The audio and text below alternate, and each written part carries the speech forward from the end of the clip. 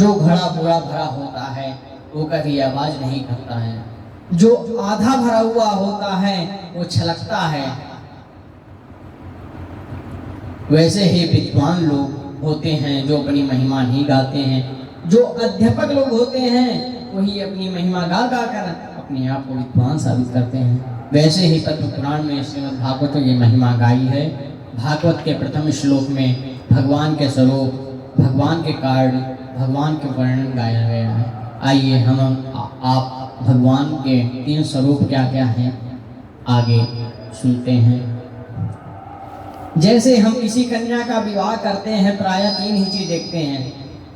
क्या देखते हैं कि प्रायः वर कैसा है, कार्य क्या करती है और रहता कहाँ है। यही 3 चीज ही देखते हैं ना कन्या की विवाह में आप लोग।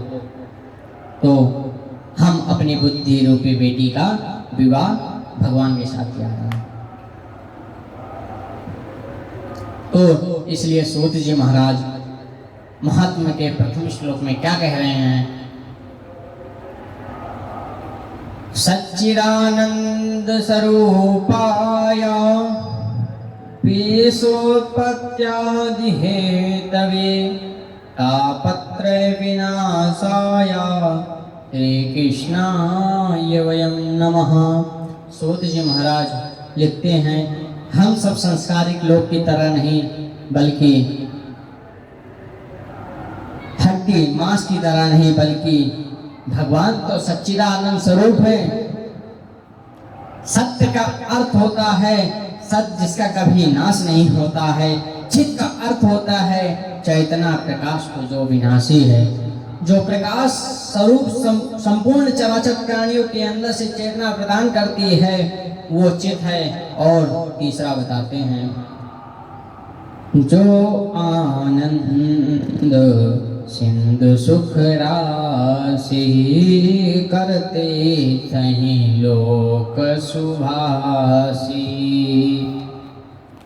जो सुख धाम राम असनामा अखिल लोक यह कै विश्रामा। कि आनंद के सिंधु हैं, सुख के राशि हैं। जिस सिंधु की एक बिंदु में मिल जाए वो सारा संसार आर्य का अनुभव करता है। और भगवान 3 कार्य भी बताए हैं। क्या बताए हैं?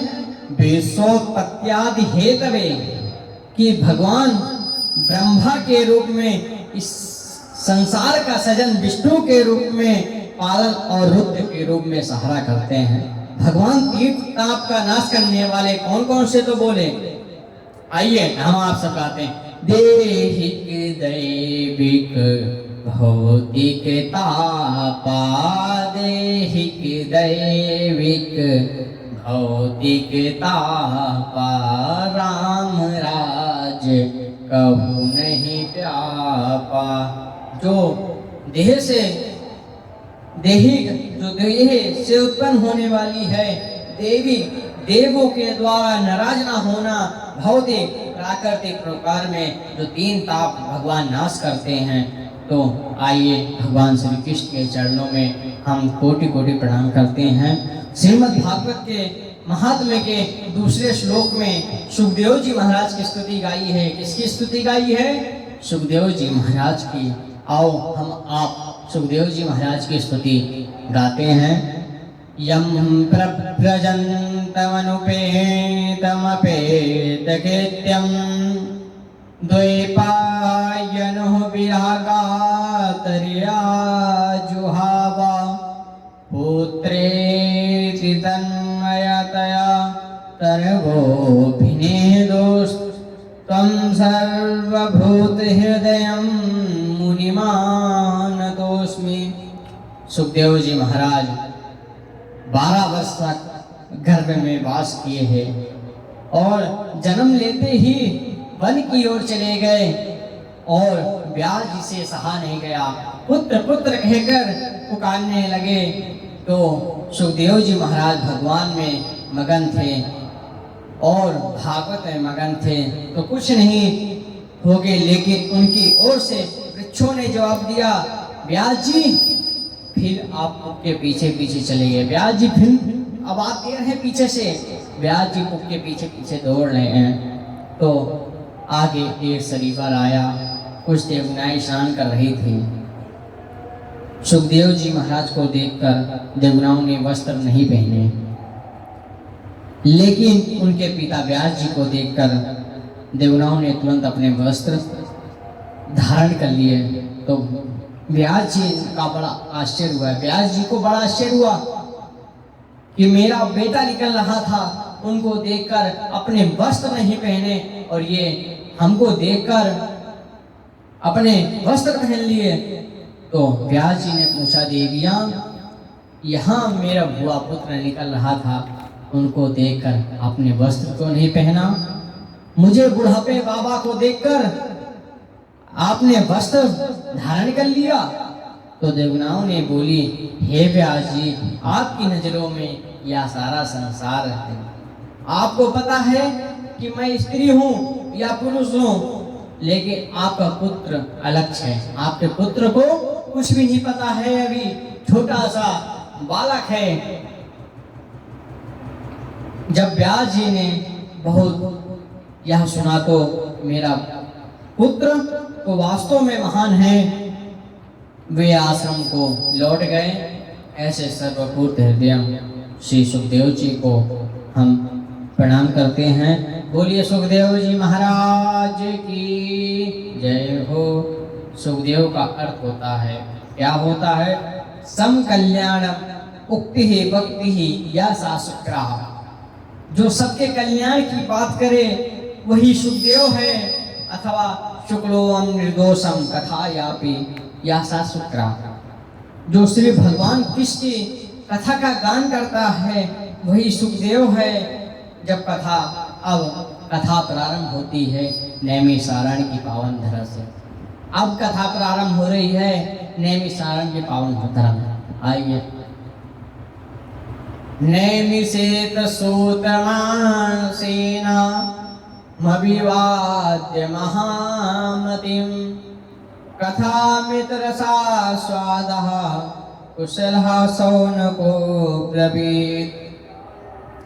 नैमिषारण्य की पावन धरा में जहाँ सूत जी महाराज वक्ता और 88,000 ऋषि को कथा, और जिसमें सनकादि ऋषि भी थे।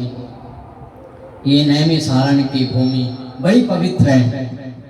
क्योंकि इसलिए पवित्र है, आप प्रयागराज जानते हैं, प्रयागराज एक तीर्थ है। जहाँ तीर्थ में कथा सुनाते हो व्यास जी, वहाँ शुभ होता है। ये नहीं कह रहा हूँ कि तीर्थ में जरूरत है, कहीं भी कराइए कथा। जो ब्रह्मा जी के छोड़े द्वारा गए नैमि अर्थात दूसरे, इसके आड़ने का आकर गिरी, इसलिए इसका नाम पे नैमिषारण्य पड़ा। ब्रह्मा जी के छोड़ा गया आकर गिरी, जो छोड़े जो गिरा हुआ है उसका नाम पड़ा नैमिषारण्य। तो महामुनि भी इस नैमिषारण्य तीर्थ पर तपस्या कर रहे थे। जो महामुनि थे नैमिषारण्य तीर्थ पर जाकर तपस्या किए। श्री मुनि ऋषि मुनि ने इस पावन भूमि में 1000 वर्षों तक संत प्रारंभ करके बैठ गए। इन ऋषियों को एक संज्ञा दी, शौनक ये सारे वृद्ध हैं, इनके मध्य में एक भुआ युवा सब पधारे हैं। श्री सूत जी महाराज ये भी बड़े वृद्ध हैं, लेकिन आयु वृद्ध नहीं है बल्कि ज्ञान वृद्ध है। आयु उनकी वृद्ध नहीं थी, ज्ञान से वृद्ध थे। शास्त्र कहता है, क्या कहता? नतेन वृद्धो भवति एनस्य पक्ति शिक्षिका युषा ध्यानस्ति देवः सृष्टि करा विवाह। कि वास्तव में वो वृद्ध नहीं है, जिनके सर के बाल पर जाए वो ही वृद्ध कहते हैं। जो बुढ़ापे में चल ना पाता हो, सर के बाल पक जाए, दाढ़ी पक जाए, उन्हें कहते हैं वृद्ध हैं। तो वास्तव में वो वृद्ध नहीं है, लेकिन उनके सर के बाल पक गए थे। क्योंकि आजकल का ये कलयुग में जवान आदमी के भी बाल पक जा रहे हैं, तो आप उनको समझेंगे ये वृद्ध हैं। वो वृद्ध नहीं है, वृद्ध वो उनको कहते हैं जो चल ना पा रहे हों, जो बुढ़ापे में दूसरे का सहारा ले रहे हैं, उन्हें कहते हैं। तो सोचिए महाराज, ज्ञान में वृद्ध थे। जो ज्ञान में बड़ा होता है वो सब में बड़ा होता है। अगर उसको व्यक्ति के